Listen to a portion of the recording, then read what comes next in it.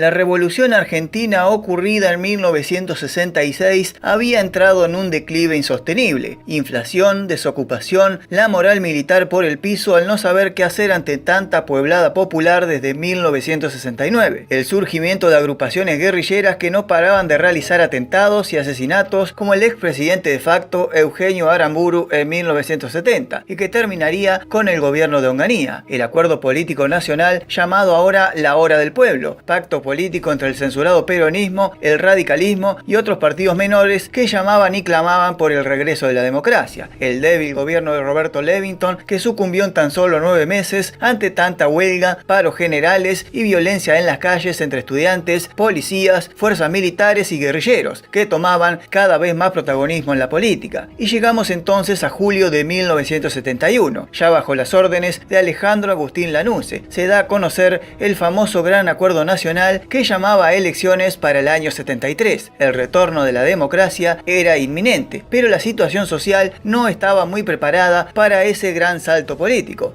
Veamos.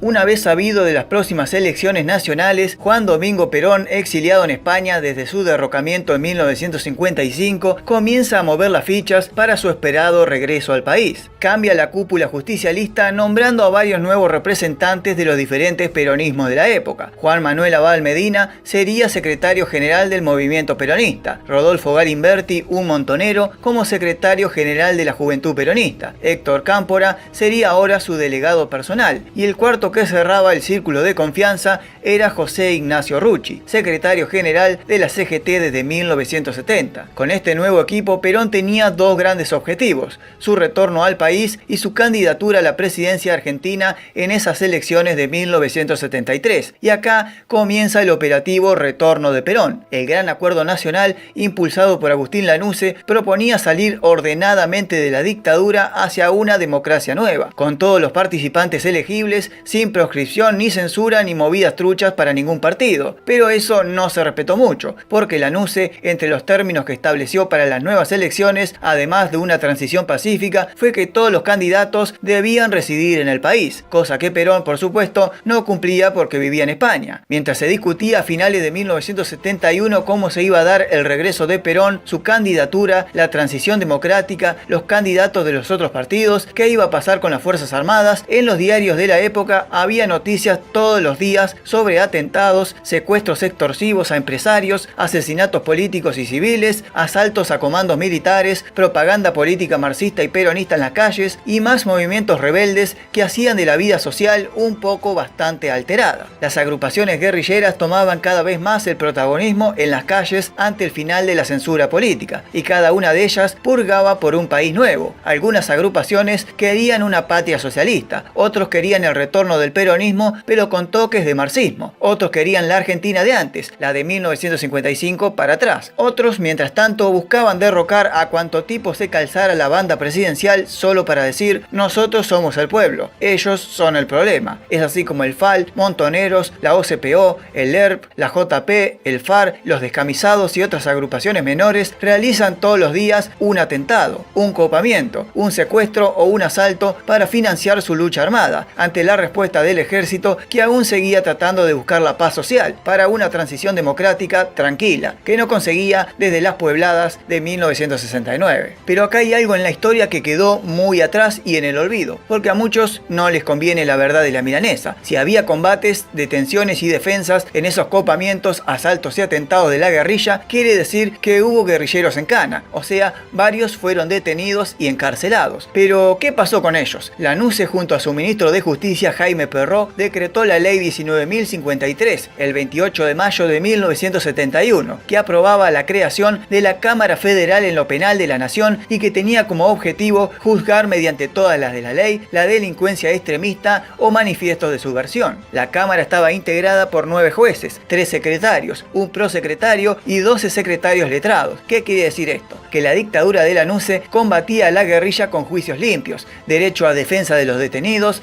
fiscales y garantías jurídicas que estaban en la Constitución. Más allá de que la Cámara no había sido creada por el Poder Legislativo debido a que era un gobierno de facto, se respetaron igual muchísimo de los procedimientos judiciales como en cualquier año democrático. Entre esos detenidos se encontraban células menores y mayores de las agrupaciones guerrilleras, agrupaciones que habían asesinado a Aramburu y a varios policías, secuestrado al cónsul inglés Sylvester y otros empresarios importantes más, asesinado a varios jefes penitenciarios que tenían detenidos a los guerrilleros, como también guardiacárceles en fugas bien planificadas, etcétera, etcétera. La NUCE juzgaba la lucha armada con la ley, todavía, no con las armas. Y esto es muy importante saberlo, sobre todo para lo que viene en el año 1973.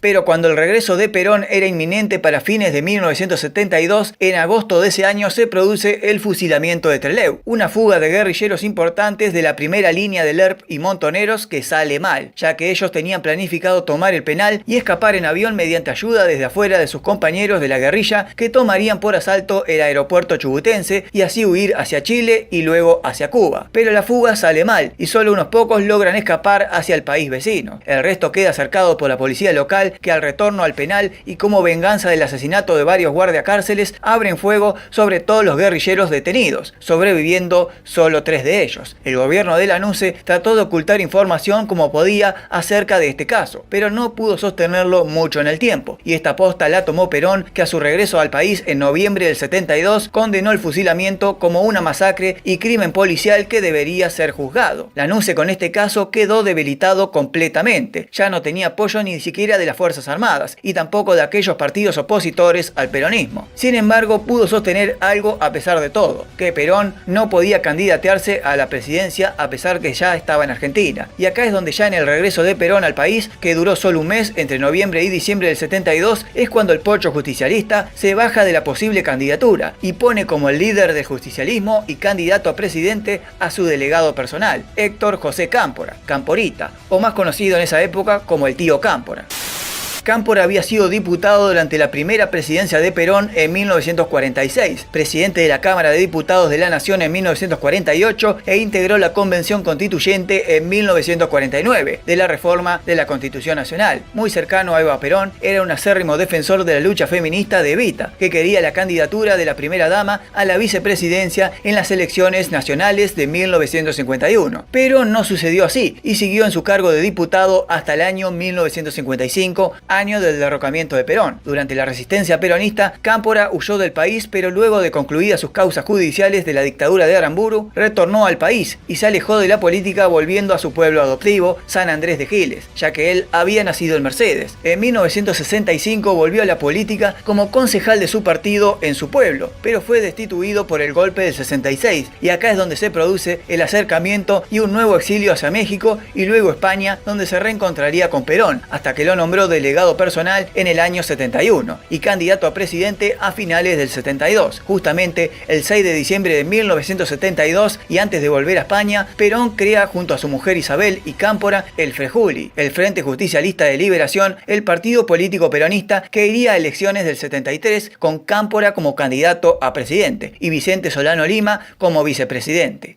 El FREJULI estaba integrado enteramente por el Partido Justicialista, el Movimiento de Integración y Desarrollo liderado por Arturo Frondizi, el Partido Conservador Popular de Solano Lima y el Partido Popular Cristiano de José Antonio Allende. Parecía que todo el peronismo estaba de un solo lado, el de Perón. Pero esto no fue tan así, porque el peronismo ya estaba fraccionado en dos vertientes muy bien marcadas. Los de la derecha con Perón como líder, junto a su mujer, el sindicalismo y la CGT de Rucci, los obreros, los servicios de inteligencia y los antiguos peronistas de la década del 50, pero también estaba el peronismo de izquierda, los montoneros y otras agrupaciones guerrilleras peronistas marxistas, los estudiantes, sobre todo la juventud nueva que seguía a Perón, y varios líderes justicialistas como Abal Medina y Cámpora. Es en esos 2 meses de enero y febrero de 1973 que Héctor Cámpora ve la posibilidad de su vida, ser presidente de la nación, y comienza su campaña electoral viajando a lo largo y ancho del país, bajo el eslogan de Cámpora al gobierno, Perón al poder, logrando aceptación representación del pueblo peronista de las provincias. Perón no estaba, pero Cámpora era más o menos lo mismo. Y así el tío Cámpora consigue la popularidad jamás conseguida en su vida, y como todo candidato a la presidencia, realiza fervientemente sus clásicas promesas electorales, que cumplirá cuando sea presidente. Entre sus promesas estaban garantizar la continuidad del proceso de institucionalización y estabilidad de la nación producto del gobierno de facto anterior, aumentar los salarios, bajar la inflación y terminar con las villas miserias. Esta promesa la hizo en vivo en un reportaje, luego de visitar las villas del padre Mujica y ver las realidades de emergencia de los más necesitados. Viviendas dignas era la promesa. Otra de ellas fue la apertura total de la participación política de todos los partidos y la quizás más polémica de todas sus promesas, la liberación de presos políticos de los gobiernos anteriores.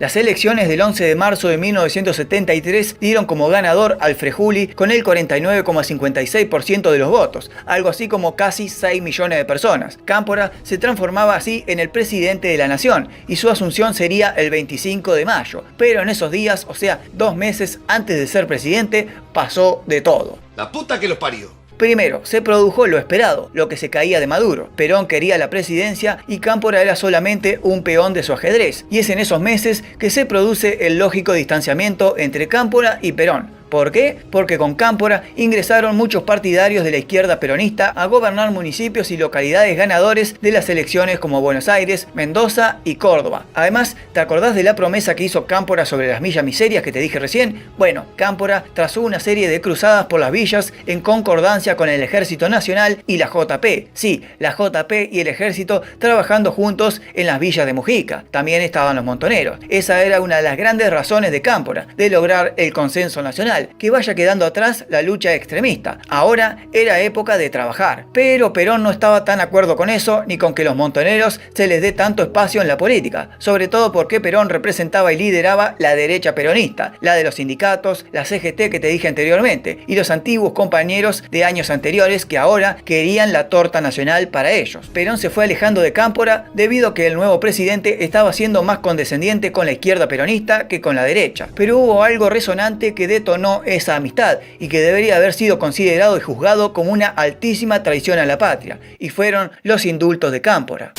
Ya te dije anteriormente que los guerrilleros detenidos estaban siendo juzgados mediante procedimientos judiciales desde 1971 por la nueva Cámara Federal creada por Agustín Lanusse. Cámpora asume el poder el 25 de mayo de 1973 y en tan solo 3 días después, el 28 de mayo, el Congreso Nacional aprueba la Ley 20.510 que derogaba todas las leyes dictadas por la Revolución Argentina, incluyendo la Cámara Federal que juzgaba a los guerrilleros y presos políticos detenidos años anteriores. En su corta vida, desde junio del 71 hasta mayo del 73, la Cámara Federal creada por Perró y Lanusse llevaron a cabo 8.927 casos entre detenidos de la lucha armada y presos políticos, que no eran lo mismo. Y ya vas a ver por qué. La Cámara Federal detuvo a más de 2.000 guerrilleros, muchos de ellos asesinos en copamientos, asaltos y secuestros, y 371 de ellos fueron condenados a penas de entre 10 y 25 años de prisión. Otros 20 artículos del Código Penal fueron también derogados, que incluían sanciones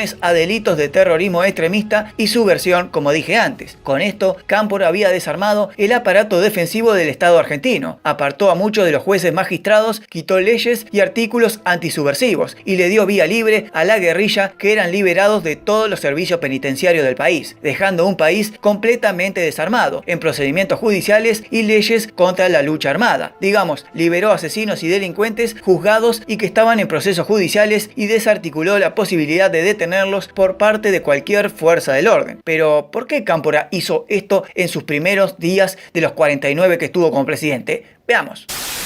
La presión popular era demasiado sobre la espalda del futuro presidente, aún faltando una semana para la asunción. Los juicios se estaban llevando a cabo con total normalidad y sancionando a condenas duras a los culpables de los atentados más extremos. Y esto no le convenía al presidente, quien había dicho en su campaña electoral la promesa de los indultos a los presos políticos. Y acá vamos a hacer un paréntesis, porque una cosa eran los guerrilleros y otra muy distinta eran los presos políticos. Los guerrilleros eran parte del brazo armado de cada una de las agrupaciones secciones de izquierda que te mencioné antes, pibes, pibas y adultos no tan pibes que empuñaban las armas como la única salida hacia una democracia pacífica. Los montoneros eran partidarios del terrorismo urbano, donde solían provocar atentados en hospitales militares con coches bombas en plena calle, acribillar a tiros a algún mercado en la vía pública, etc. En cambio, Lerp, por ejemplo, quería emular la gesta de los barbudos de Fidel Castro en la Sierra Maestra y se internó en la selva tucumana arrastrando la lucha armada hacia las zonas rurales, logrando el ataque sorpresa de los copamientos a fábricas militares que estaban distanciadas de las ciudades y más adelante llevarían a cabo hasta derribamiento de aviones y helicópteros. En cambio, los presos políticos eran otra cosa, eran juzgados de otra manera. Por ejemplo, la JP y el ERP, además de agrupación guerrillera, también eran un grupo político, sobre todo el ERP, que tenía sendos contactos y conexiones con el PRT. Y no todos allí empuñaban las armas, sino que había algunos que oficiaban de inteligencia, otros eran voceros y otros candidatos opositores. Obviamente no se podía juzgar de la misma manera un tipo que cagaba a tiros una casa que un tipo que arengaba la vuelta de la democracia. Pero la guerrilla y los partidarios de sus ideologías mezclaban todo y los catalogaban como presos políticos, así las condenas eran menores y en caso de algún indulto el preso político salía ya y los guerrilleros también. ¿Vas entendiendo? Bueno, volvamos.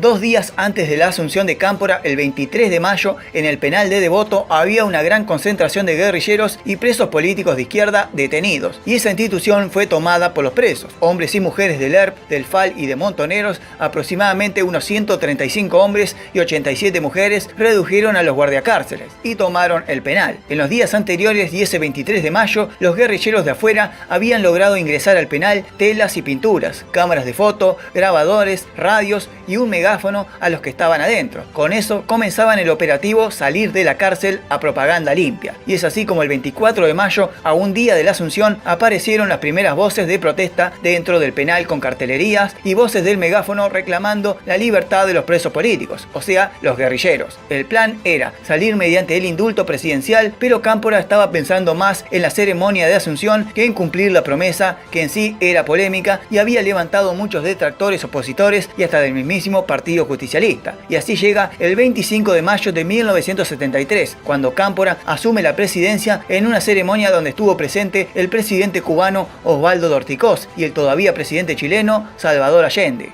Allende, que dicho sea de paso, sería derrocado y asesinado 4 meses después por el golpe de Pinochet, pero además Allende había sido un gran aliado de las fuerzas revolucionarias, que escaparon de la cárcel de Trelew y se afincaron temporalmente en Chile, como te dije hace unos cuantos minutos atrás. El gobierno de Lanusse pedía la extradición de los guerrilleros que huyeron hacia el país de Allende, pero el presidente chileno logró un salvoconducto y los envió a Cuba, entre ellos el mismo Santucho, líder del ERP. Mientras se producían manifestaciones y festejos en Plaza de Mayo por la asunción de Cámpora y el retorno de la democracia, la cárcel de Devoto comenzó a ser sitiada por manifestantes de izquierdas que pedían la liberación de todos los presos políticos. De repente el penal estaba tomado en los pabellones, los patios y los techos por los guerrilleros y afuera en las calles por sus seguidores, familiares y manifestantes. La poca policía que quedó en el medio, en la puerta misma dentro del penal y que impedía la salida de los presos, estaba justamente presa. El pánico aumentó cuando el temor de la represalia de los demás presos comunes comenzó a vivificar la lucha armada de los guerrilleros, quemando colchones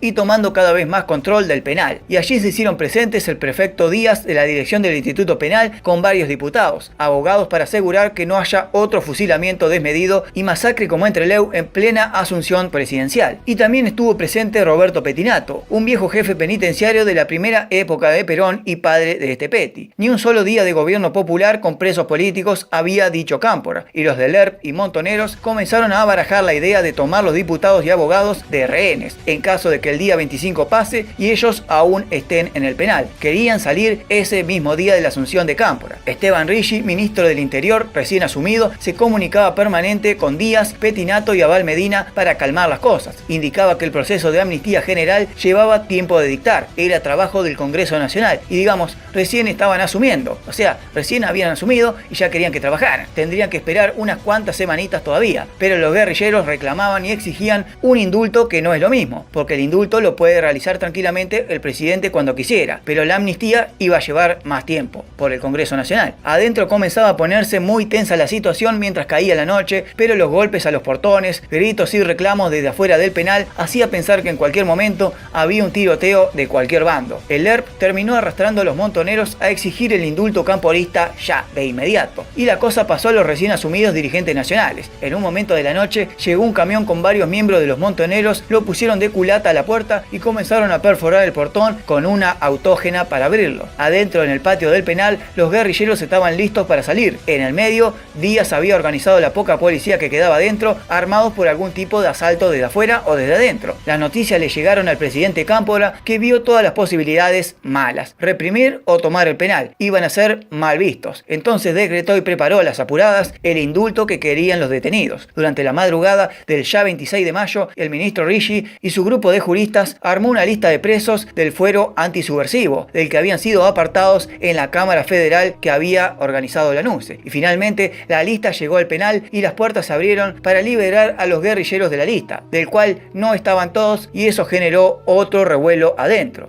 Pero algo curioso sucedió fuera de la vista de todos. Así como quedaron algunos guerrilleros detenidos esperando la amnistía que les llegaría 2 días después, sancionada el 27 de mayo por el Congreso Nacional, sí, tan solo 2 días, hubo un par de presos que no estaban en la lista que salieron y que no eran ni guerrilleros ni presos políticos. Algunos fueron presos comunes, ladrones y delincuentes, e increíblemente resaltó la ausencia de una gran figura, como la de François Chappé, un francés que entregó información a los nazis en la Segunda Guerra Mundial, cuando Alemania invadió Francia en 1940. Era narcotraficante de heroína en la década de 60 que se escapó entre los guerrilleros detenidos en el camión de los montoneros. La historia de François será tema para otro video aparte porque es muy larga de contar. Así finalmente Héctor Cámpora, el tío Cámpora, cumplió su primer promesa presidencial: liberar e indultar a todos los guerrilleros que habían sido detenidos y estaban siendo juzgados por crímenes militares, civiles, como también habían sido partícipes de atentados, secuestros extorsivos y copamientos a colegios y puestos de policías. Y como dije anteriormente, un día después, el 28 de mayo, derogó todas las leyes de la última dictadura, cerrando la Cámara Federal y desacreditando la misma ley nacional que juzgaba la acción armada de la guerrilla. Y sin la ley que lo juzgara y con un gobierno democrático que los cubría, la lucha armada tomó edificios públicos, bancos privados y medios de comunicación. Además, los atentados no tardaron en volver, al punto que Lerp y Montoneros volvieron a la acción armada una semana después, con robos a bancos, como también por ejemplo el 6 de junio, donde Lerp